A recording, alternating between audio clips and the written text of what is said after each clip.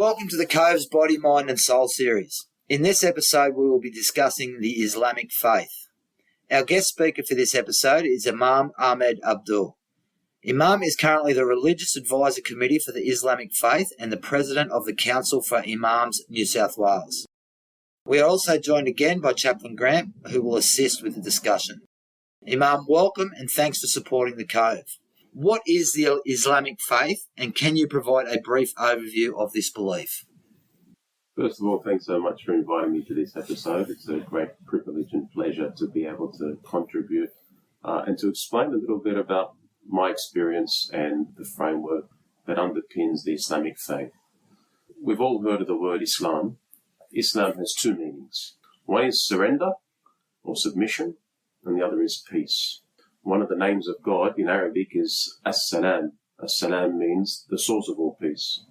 One of the names for paradise that Muslims have, as noted in our scriptures, is Dar-us-Salam. Dar meaning the abode or the home, and Salam meaning peace, so the abode of peace.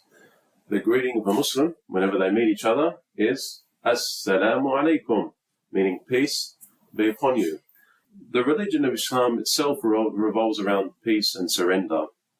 Essentially, that peace and serenity can only be achieved through submission and surrender. But there are two entities that one can surrender to, either a created being or a creator. So Muslims see God, or as known as in Arabic as Allah, as being their creator. So surrendering to the will of the creator eventuates in peace and tranquility. Muslims don't see Islam as being a new faith or religion, but rather the religion of all prophets and messengers. Because the creed that all prophets and messengers taught was belief in one God, belief in living a good life, belief in judgment and accountability after death, and a life after death as well.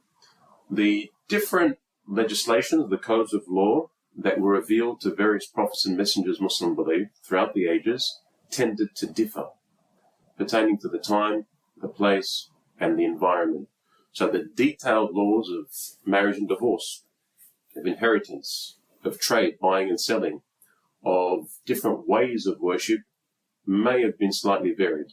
But the essence of belief in the oneness of God and his mighty attributes and belief in an afterlife were essentially all the same. So in fact, Muslims see Adam as being the first prophet and messenger of God, but they also see him as being a Muslim. Likewise, Noah and Abraham and Isaac and Ishmael and Moses and Jesus, all being prophets and messengers. And in fact, a Muslim wouldn't be considered a Muslim unless they embraced all previous prophets and messengers, including Moses and Jesus. Islam itself is generally explained through one event where it was noted that the angel Gabriel came in the form of a man and asked the Prophet Muhammad, peace be upon him, a series of questions. The first of them was, what is Islam? And so the Prophet Muhammad, peace and blessings of God be upon him, says Islam is to bear witness and testify that there's no God worthy of worship save Allah, and that Muhammad is the messenger of God, to establish the prayer, to fulfill the fasting, to pay the charity, and to undertake the pilgrimage once in one's lifetime, if you are able to do so. The next question that came was, what is faith? In Arabic, what is Iman? Iman is an Arabic word that is derived from another word that its root meaning is security. So in a sense, you achieve as a Muslim security and peace through faith. So the response of the Prophet Muhammad was, faith, or Iman, is to believe in God, to believe in his prophets and messengers, to believe in the previous dispensations, revelations that God would reveal of his verbatim word to his messengers, to believe in the angels, to believe in the last day, meaning a day of judgment, and finally to believe in predestination, the good and the bad of it being from God. Now, to explain all of those 6, if you like, pillars of faith itself is an in-depth lecture, but the last question in the series of 3, because it's given 3 dimensions, the last question was from the angel Gabriel to the Prophet Muhammad, what is ihsan? Ihsan in Arabic means spiritual excellence or beauty. So the Prophet said, Ihsan, or spiritual excellence, is to worship God as though you see him. And even though you cannot see him, to surely know that he sees you.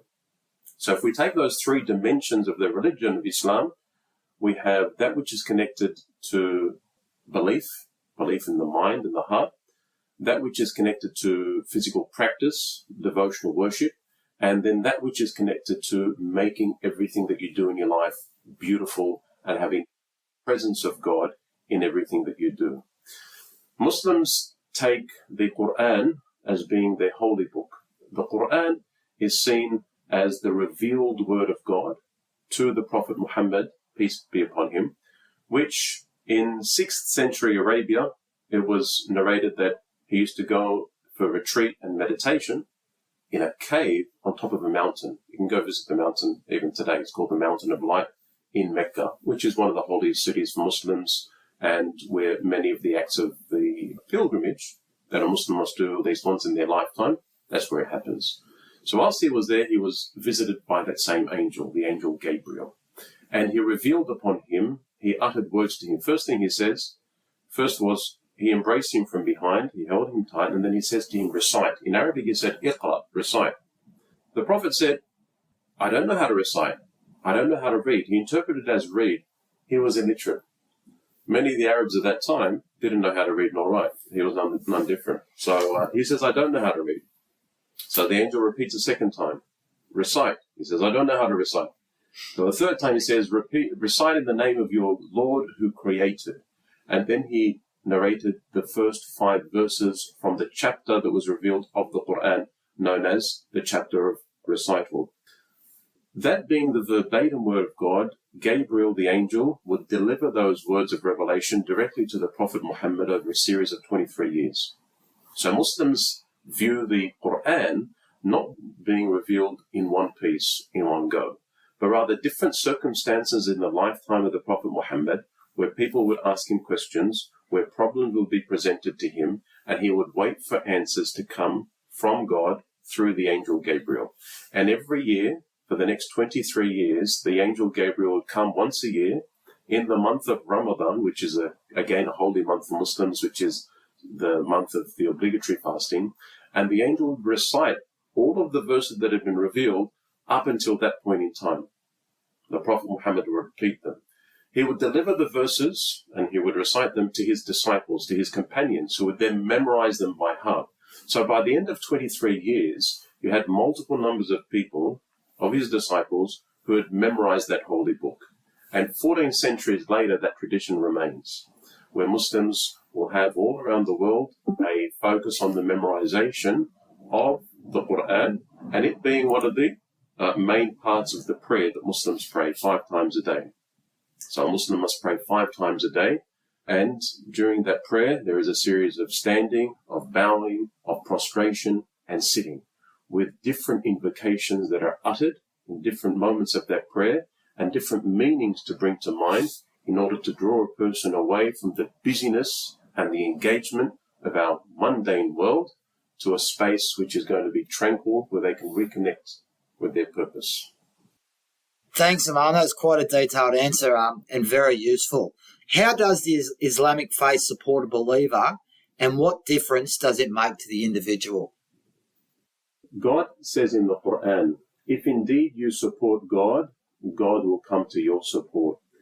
There's this idea and understanding that how can I as a Muslim be supported? It's by supporting God. But then you think to yourself, well, if I see God as being all-powerful, as the creator of the heavens and the earth, then what sort of support is some insignificant being like me going to give him? The understanding is, no good that I do is going to benefit God, and no bad or act of disobedience or sin that I do is going to harm God. Therefore, the question then arises, well, to whom is the benefit going to come to, and to whom is the harm going to come to? Well, it's myself and to society. So the first thing for a Muslim to understand is that the concept of the best of people are those who are best to others. So when you come to support other people, you're in fact supporting your own faith and your own relationship with God.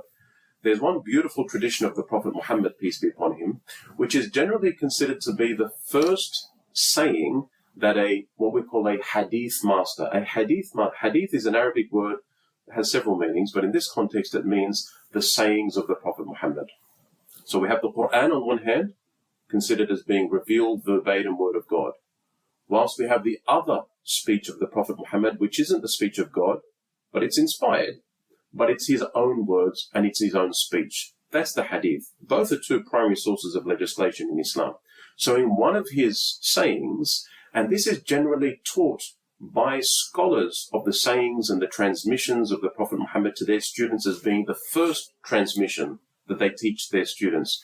Traditionally in Islamic societies, you would have tens of thousands of students coming to seek knowledge of the Islamic sacred sciences from great authorities, professors if you like. They would sit in his company and he would begin to narrate. He would say, I heard my teacher who heard his teacher, and he would name his teachers who heard his teacher, he might name 15 or 20, all the way back saying, I heard this disciple say who heard directly from the Prophet Muhammad. So that unbroken chain of transmission.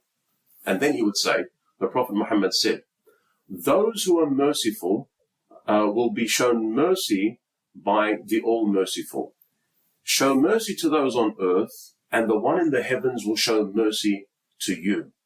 So this initial principle that any student of Islamic knowledge receives is this principle of mercy, of compassion, of kindness. In order for you to derive any benefit through the religion of Islam, you need to be able to apply this principle of mercy. That's where you're going to get the support. And if we look to the Quran, there are 114 chapters in the Quran. We call them surah in Arabic. At the beginning of every single one of these chapters, except one, it starts with the words, in the name of God, the most gracious, the most merciful. God could have used any one of his other attributes or names, but he chose to use grace, mercy, kindness, compassion for it to be a means of a reminder for us. And he also says with regard to his Prophet Muhammad, peace and blessings of God be upon him, in the Quran he says, and I have not sent you except as a means of mercy to the entire worlds. So how do we derive that support from the religion of Islam as a Muslim? It's by understanding how is it that I can extract that principle of mercy and apply it in order to be merciful to myself, and in order to be merciful to those that are close around me, that agree with me, and also to be merciful with those who may seek to spark a conflict with me, who may be disagreeing with my views and my ways. On a daily basis, a Muslim is going to be reconnecting to their Lord 5 times a day. And in that reconnecting to one's Lord, you perform what's called an ablution. Now, that ablution is a series of movements whereby you come in contact with fresh, pure water. God has a verse in the Quran where he says, and we have created all living creatures from water. And we know that our majority composition is liquid, is water. If we look to the earth, 60 or 70% of the earth itself is covered with water. So we know the essence of life is water. And without it, we wouldn't be able to sustain our existence. But that water itself we use to wash our bodies before we enter into the divine presence in our 5 daily prayers, in order for us to understand that we need to reconnect with that which is pure. And you can't get anything more pure than H2O, than water that comes from the heavens, from the sky. When we do that, it's not simply a physical cleansing that we are doing. Like you might be dirty, physically dirty, your clothes might be dirty. It's not simply a washing of that physical filth to prepare yourself for prayer. But the Prophet Muhammad, peace and blessings of God be upon him, says, with every drop of water that rolls off your skin when performing the ablution, sins are also falling off your skin, off your body. So the sins that your hand performed, the sins that your tongue performed when you wash your mouth, the sins that your ears performed, you may have heard someone lying, deceiving someone, tricking someone, backbiting, gossiping. These are all harmful, immoral things. Your eyes, you may have looked at something which you're not permitted to look at, something of a home of someone's private. You shouldn't be looking there, but you did that. So that's something that's considered immoral and wrong in the religion of Islam. Your feet may have taken you somewhere where you have earned the displeasure of God, or you may have trespassed someone's land, because in Islam we also have laws in relation to our day-to-day duties, our contractual obligations. There's a whole chapter in the fiqh, what we call the encyclopedias of jurisprudence, that talk to what's permissible and what's not permissible to do. So all of that, we understand that the act of ablution is a means of purifying ourselves before we enter prayer. So when we enter prayer, we've purified ourselves both physically and spiritually, and then we stand. Now, when Muslims stand for prayer, for instance, they've got to find the direction of Mecca. Mecca is the place where Muslims believe was the first house of worship of God established on earth when Prophet Adam came onto earth, and he built this holy house that angels had already laid down foundations for, and Muslims all around the world will pray in direction of this house. Now, when they do that prayer, when they perform that prayer, and they're seeking to face their chest towards the direction of Mecca, wherever they are in the world, that's the physical direction. But there's also a spiritual focus and direction. And this is part of the discipline that Islam offers to its adherent. As you have faced your physical being towards the house of God, it's as though God is saying, and I want your heart to be directed to me in concentration. You've got 24 hours in a day where you're going to be busy with so many things. But for half an hour, I want you for me. That's the prayer itself. And the greater a person is able to achieve presence in prayer, the greater they will be able to achieve presence, focus, discipline in other things and aspects of their life. They can't do a good job in prayer, then they're going to struggle elsewhere in their life. Fasting, for instance, how does fasting help a Muslim in their life? Fasting is about doing away for a period of time during the day with your essential needs. What are our essential needs as human beings? We need food, we need drink, and we also need to be with the other gender in order to continue the human race. But God says for 30 days during the day, you're not allowed to do this. Someone might say, well, isn't that restrictive? Here, the approach of a Muslim is that if those things which are necessary for my existence I'm refraining from, then that which is not necessary for my existence, which is immoral and an act of disobedience, then I should be more encouraged to stay away from it. So if I can stay away from that which is permissible, then the principle is that it should be easier for me now to stay away from that which is going to be wrong and sinful and immoral.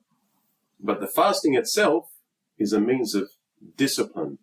So I'm able now, rather than being controlled by my ego, I control my ego. And so I begin to gravitate outside my body, and I begin to control my daily affairs rather than be controlled by the waves that face me in society. While we're on the subject of fasting, I just want to talk about Ramadan. What are the requirements for Ramadan? What should commanders think about, especially our soldiers when they're in the field? You know, they can be working 18, 20 hours a day. Can you give an explanation of Ramadan and what advice you have in regards to military service? Sure. So Ramadan comes in the 9th month of the Islamic year. The Islamic calendar follows a lunar calendar, and so there are 10 or 11 days in which it differs every year with the solar Gregorian calendar. Ramadan is an obligatory month in which Muslims are required to have two duties, one by day and one by night. The duty by day is to enter the act of fasting. Fasting is to abstain. And the duty by night is to busy oneself with additional prayer, invocations and devotion to God, reciting the Quran, standing in congregational prayer in a mosque, in a community. During the day, the fasting. Fasting commences before sunrise, what we call the break of dawn. Usually when the sun's disk reaches about 18 degrees below the eastern horizon would be considered what we call the beginning of dawn. It differs wherever you are in the world, and all the way up until the setting of the sun. So for those hours, wherever you are in the world, could be anywhere between 12 to 18 hours, and depending on the season. Some places are going to be winter, some places are going to be summer. But that's one of the beauties of the Muslims following a lunar calendar, is that if you're stuck in one place for your entire life, you're going to pass through 2 cycles, literally, because it takes about 33 or so years for the season to come round again as it was before. So that's an equal distribution of the time of Ramadan. In terms of what command needs to be attentive to, the requirements of Muslim officers, is that it's going to be a little more stressful for them at the beginning of Ramadan as their bodies begin to transition and to adapt to a fasting day. That's why we say generally it's recommended that a Muslim has fasted before the month of Ramadan by a month at least. They begin to ease their body into fasting. So it's not going to be all of a sudden fasted Monday and a Thursday. These are recommended days. So command could perhaps advise their unit that maybe you should take on some voluntary fasting before the coming of the month of Ramadan to prepare your body for that month, because it's going to be one day after the other. And you may lose someone for 2 or 3 days that just may not be able to focus. Once they get into the scheme of fasting, it becomes pretty normal. The body adjusts. And generally you'll find a person will be more attentive during the day of Ramadan, probably more towards the beginning. As they get towards sunset, their mind may be focused more on the breaking of the fast. To try and avoid any strenuous or physical exertion during the day, particularly if it's hot or they're exposed to the direct sun. If there can be things that are done in which they're going to be in the shade or they're going to be in a cooler type of environment, then that would be advisable. If they can, if command can also see how they can adjust the hours of the day for that member. So they may want to get home, for instance, to break their fast with family, which is something really virtuous in the month of Ramadan. Then they may need to knock off, maybe half an hour earlier. Can they start another half an hour earlier the next day, or an hour earlier the next day? They may need to be attending the mosque of an evening, sometimes 2 hours, sometimes 3 hours, sometimes more, sometimes less. And so allowing that additional time for them to be able to go out and do what they need to do, with the intent that they come back, because Ramadan is seen like a university. It's a spiritual self-discipline university that if they do it right, you're going to have someone who is a greater asset at the end of the month of Ramadan. So it's not simply a self-relationship with God, but it's preparing you for the rest of your year. It's also advisable that a Muslim wakes up well before dawn by about an hour or so and has a pre-dawn meal. If someone begins the fast of Ramadan during the day without having that pre-dawn meal, then they're probably going to get to midday and they'll be getting headaches. They may be close to fainting, lacking on energy. But that pre-dawn meal that they have needs to be one where the energy is going to be released gradually throughout the day, rather than it to be a high carb, high sugar intake. No, something that we know that's sort of more of a lower GI that is going to have that slow release of energy. So sometimes those discussions with health professionals, they'll be able to recommend what is suitable for that particular person in this climate, in this context. And to rehydrate themselves as well during the evening. Some people, it might be cold and they don't rehydrate themselves during the evening. So they might just have a glass of water and that's it. And then come pre-dawn, they have a small meal and they begin their day. But because they didn't feel thirsty, they didn't replenish that lost water. But they still need to be reminded, you need to be drinking that which you would have drunk throughout the day. You need to be able to drink that throughout the night as well to make up. Just on a practical front, sometimes there are operational demands that may require the member to break fast in order to be able to carry out military service or military training. Are there any exemptions that apply to this? Obviously, command is going to be keen to support wherever possible, but are there other exemptions if there is not an opportunity to provide that exemption? Definitely travellers are exempt, and that is a open exemption. Any person that is not resident within the town in which they live and reside, they consider travellers. They've left the boundaries of their city. beyond a distance of 81 kilometers from their city limits, then they would be technically considered a traveler. A traveler is permitted to break their fast, whether they need to or they don't, for work purposes or not. Just the mere fact that a person is traveling, there are additional conditions in terms of the time of the travel, the duration of the travel, but in general, there is that exemption. The other is if a person finds themselves in a situation where they fear for their body, they fear for their life, they've got an illness, for instance, and that illness is going to increase in its severity, or they could be estimated to have remedy from that illness in a certain period of time, but if they fast, it's going to extend that period of time. So in conversation with health professionals, such people would be exempt from fasting. Sometimes those with chronic illness, that prevents them from fasting. Those with certain type of diabetes, they'll be excused from fasting. A lady, for instance, that is nursing her child that fears that her fasting is going to impact upon her health or the child's health. This is also a reason exemption to be exempted from fasting. So definitely there are situations. My advice is that a Muslim member should always have conversation not only with their health professional, but also their local religious imam, Muslim leader, who can advise on their specific situation and give personal advice on that. What considerations should we take in when it comes time for Eid? So Eid is an Arabic word that means to repeat, or that which recurs. So it's called Eid because it recurs. Every year it comes. Muslims have two specific Eids.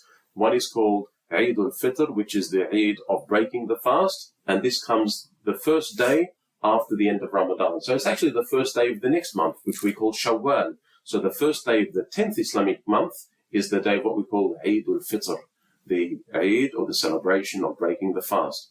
The second Eid is the Eid that occurs about 2.5 months after that, which is Eid al-Adha, the Eid or the celebration of the sacrifice of Abraham and his son Ishmael, where God shows Abraham in a vision, in a dream, to slaughter his son. He comes to slaughter his son, and God instead sends down a ram from paradise, which Abraham slaughters instead, and his son is saved. And so Muslims remember that event with this, what we call a sacrifice that they're recommended to do, and in some schools of Islamic jurisprudence, it becomes necessary to do.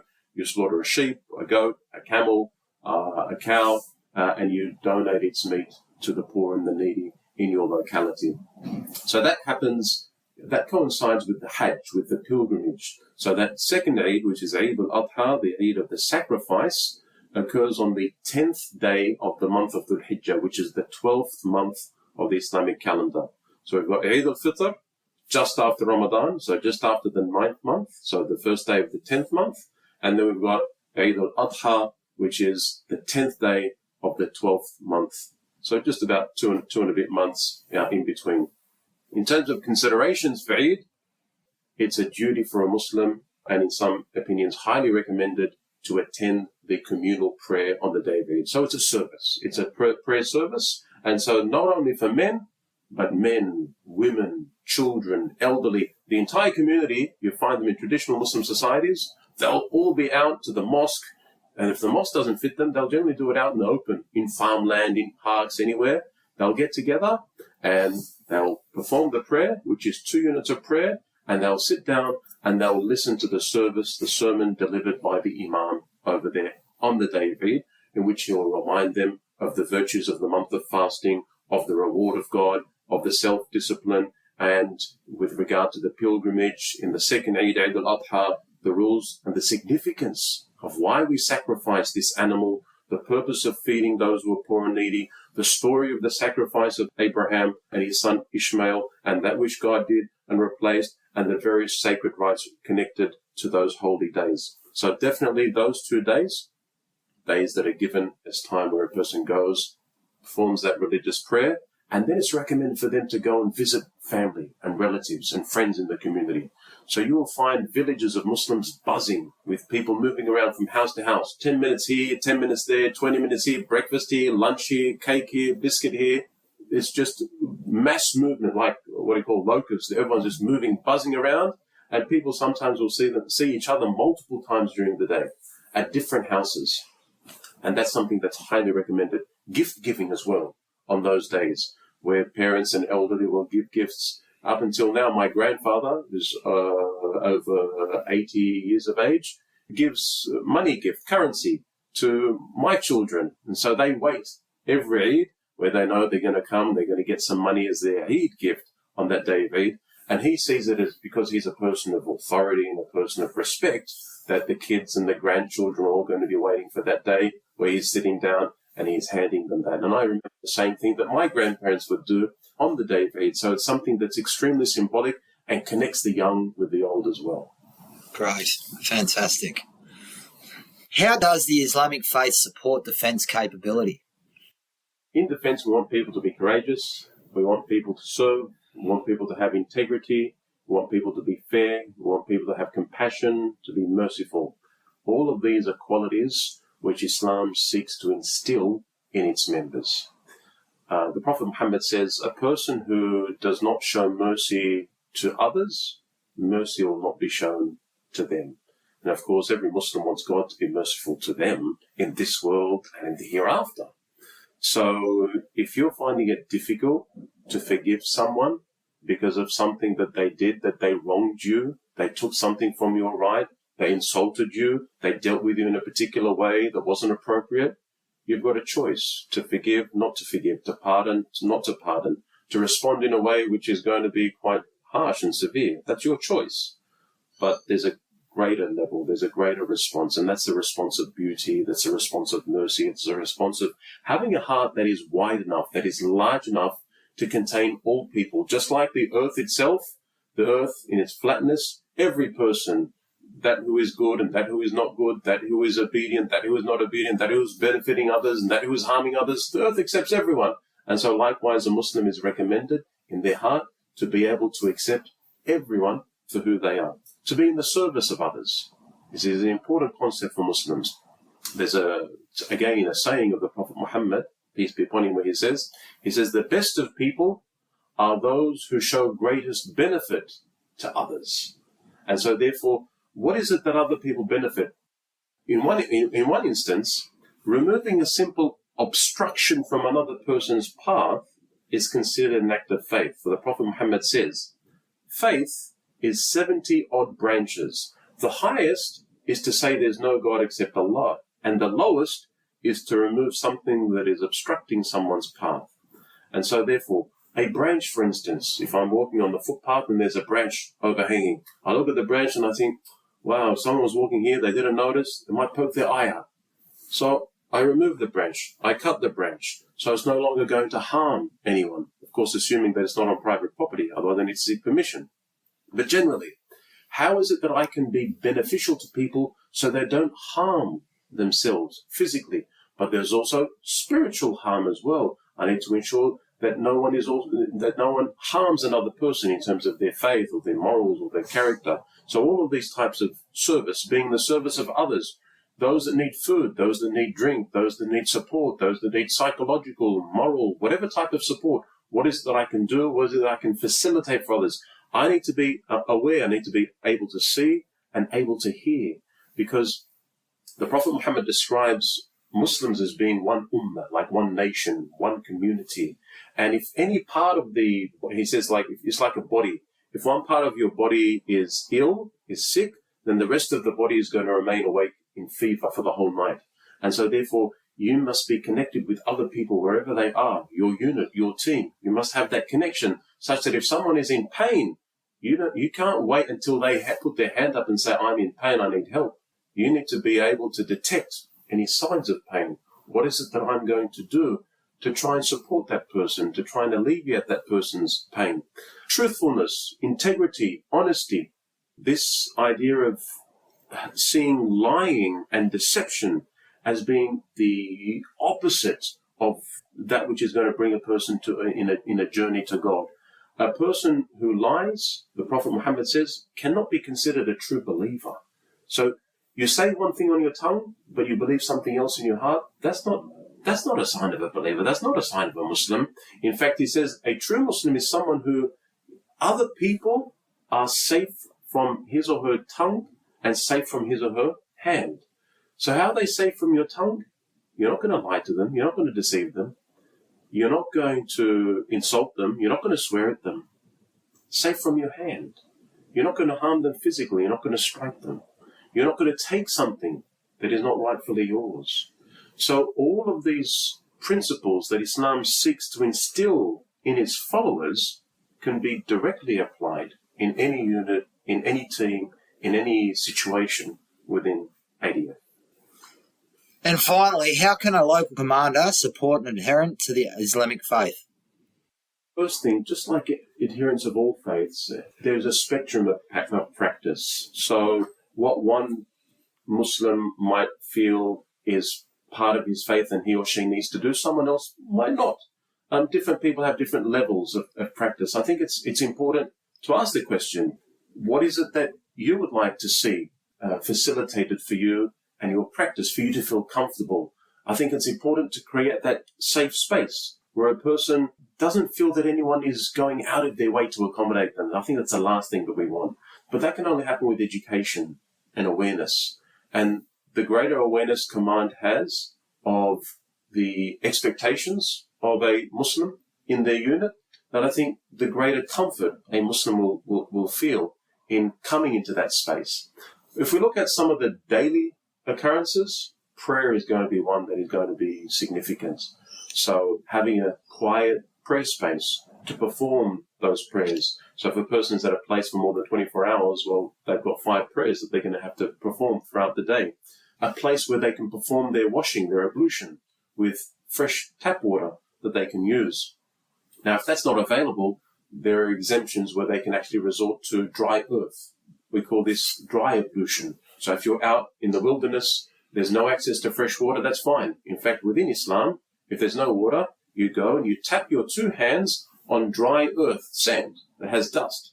And once you wipe your face, and then second time, you tap your hands on the dry earth and you wipe your arms. So there's always a way that you can perform worship if the first option isn't available. So a quiet prayer space that has the direction already calibrated where Mecca is. Some people, they get a sticker, an arrow, and they stick it on the ceiling, on the floor, for instance. So any person comes and enters that, oh, I know that's the direction of Mecca. To have a Quran, Arabic with English translation, placed in that room, so that if they need some time where they can reconnect with God, they've already got their convenience, their holy book, and a book of sayings of the Prophet Muhammad, peace be upon him, where they can draw inspiration for those difficult times during their day-to-day routine. Food. Food is going to be a daily requirement. So Muslims eat food that is what we call permissible.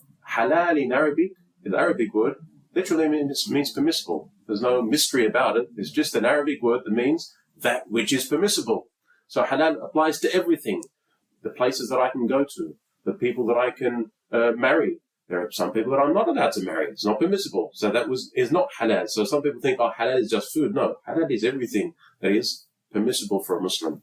So ensuring that there's no pork or pig products, ensuring that there is no alcohol, ensuring that there is no unslaughtered, according to Islamic rights, animal products within that food. So any animal-derived products need to have been derived from animals that were slaughtered according to that which is permissible in Islamic law. So that would generally be considered permissible food for that Muslim. So to prepare that, to ensure that, that is there to advise them, yes, we've got this and it's prepared for you. Sometimes on deployments and operations, that may be difficult, may be challenging, particularly with dehydrated food. So having that awareness beforehand, before deployment, that these are the type of options that are available. There's some vegan options, there's some vegetarian options, but I think awareness and having those open conversations so people aren't surprised, oh, this isn't halal and it's not certified, therefore I can't eat it. No, we have the conversation beforehand, meaning these are the alternatives and let's see what is going to be most suitable for you in your circumstance. Just another question. You mentioned before halal. Can you describe to us what halal is? When it comes to animals, Muslims are permitted to eat certain types of animals that are slaughtered in a particular way. Generally, the animals that are most abundant and Muslims will consume are cattle, sheep and goats, camel. They're probably the most frequently accessed. in order for that animal to be consumed, it must be slaughtered in a way which the animal is still alive when it is slaughtered. Sometimes there are electric shocks that are used on an animal to a point where if that electric shock has taken the life of the animal and then they are slaughtered by a blade, that would be considered, that is called carrion. That's a dead animal. That's dead flesh. So that wouldn't be considered halal. As long as the experts tell us that which was done upon the animal before the slaughter by the blade, the animal is still alive. As long as they tell us the animal is still alive. That was just a temporary period in which it was without movement, but it was still alive. In some places, there might be gassing chambers for animals where they pass through. If they pass through a gassing chamber and it kills the animal, and then that chicken, for instance, is slaughtered, that chicken is no longer halal. It's no longer permissible because that's considered a dead animal. Muslims are not permitted to eat dead animals. There are exceptions of fish. So fish does not have to be slaughtered. So if you've got problems in terms of sourcing meat, protein, one easy way out is fish. Any Muslim can eat fish, and it doesn't have to be halal. Perfect thing is tuna, for instance, canned tuna. Excellent. Now, on some tins of tuna it says halal, but even if it didn't say halal, if it's just tuna in there, there's nothing else mixed in it, there's no issues generally with it. But there are different opinions within Islamic schools of jurisprudence of the crustaceans within the sea. So prawns, for instance, crab. Some Muslims, their legal opinions stipulate that no, they are different to fish. But generally, fish, no issues, doesn't need to be slaughtered. In terms of the actual slaughter with the blade, it must be one strike of the blade at the throat and a very sharp blade, such that with that one strike, the animal with the least amount of suffering, least amount of pain, is going to have its life ended. So one last question, Imam. Can you tell me about physical contact between men and women? Muslims have a robust code of dress and contact between genders. So Muslim women will wear what's called hijab. Hijab is an Arabic word which means a covering. So it covers her beauty from the outside world and is safe for those who are closest to her, specifically her husband. Men themselves are also recommended to have a covering. They've got also a minimum covering of their body, not to the extent of the woman. However, they are also recommended to lower their gaze, meaning not to go out and to indulge in lustful glances of members of the opposite sex. So there are clear guidelines to both genders. When it comes to physical contact between a man and a woman, a man that is unrelated to a woman in Islam is not permitted to come into contact physically with her unless there is a barrier. That's not permissible. So even, for instance, my wife, before I married her, she would have been considered unrelated to me. She's permissible for me to marry because she's not my sister, she's not my mother, she's not my auntie, she's not my niece, she's not my grandmother. Those 5 women would be considered relatives to me in that I would be permitted to come into physical contact with them. Why? Because they're not permitted for me to marry. So that's the general rule. If I can marry them, then I'm not permitted to be in contact. If I can't marry them, then there is that permission of that physical contact because they're considered close family. A man and woman, when they come together and they greet each other, for instance, and they shake hands, they wouldn't be permitted to shake hands. So a Muslim man wouldn't be permitted to shake hands with any woman. It's not just Muslim or non-Muslim or any other religion. This is the code of conduct within Islam. Now, definitely there will be a spectrum of practice. So not everyone will take the whole package and apply it in that same way. So there'll be some Muslim men that have got no issues in shaking hands with women. There'll be some Muslim women, that have got no issues in shaking hands with a Muslim, with a strange man, with a foreign man. But the predominant position within Islamic jurisprudence is that these are the guidelines and these are the boundaries, the physical boundaries between man and woman. Does it prohibit verbal communication? No, it doesn't. So you're permitted to verbally communicate, but to communicate with modest language, not in language which is going to incite lust, because Islam seeks to build a family unit. The husband, the wife, the mother, the father, the children. And anything that it sees is going to likely risk or jeopardize the stability of the family unit in those outside conversations or interactions, it places boundaries. Not saying that people are bad, but saying we just don't want to place ourselves in a situation where it could potentially lead us to something which is going to compromise that sacred family unit. Okay, along the same lines, we're in defence, accidents happen. What should we consider when we're carrying out medical procedures and the likes on people of the opposite sex? When it comes to medical procedures, the recommendation within Islamic law is that a male medic will see a male patient, and likewise a female medic will see a female patient. That is the ideal. In the situation where we are out somewhere and we don't have access to a member of the same gender, what do? We only uncover or touch that which is necessary. But before I get there, we utilize gloves. So gloves is a barrier. So if the medical professional is going to use gloves, then he's not going to come into physical contact. But at the same time, if anything of the body of the woman, Muslim woman, needs to be uncovered, if it's 10 centimeters that needs to be uncovered, I don't uncover 15 centimeters of her body. Not permissible. So it's not like, oh, it doesn't matter, it's only 5 centimeters. No. We're not talking about quantity, but we're talking about a code of conduct and a law which deserves to be respected because that's that person's worldview. And since it's that person's worldview, we don't want to place them in a position where they're going to feel compromised in their faith and their practice. That was absolutely fantastic. Thank you. I could sit here and speak to you for hours and ask you 1,000 more questions, but we will cut it there. Thank you very much, and I'm sure our listeners will get a lot out of it. If you have any questions, please feel free in contacting soldiercove@gmail.com, and we'll be sure to get back to you. Don't forget to download the Cove app. It's PME in your pocket, anywhere, anytime.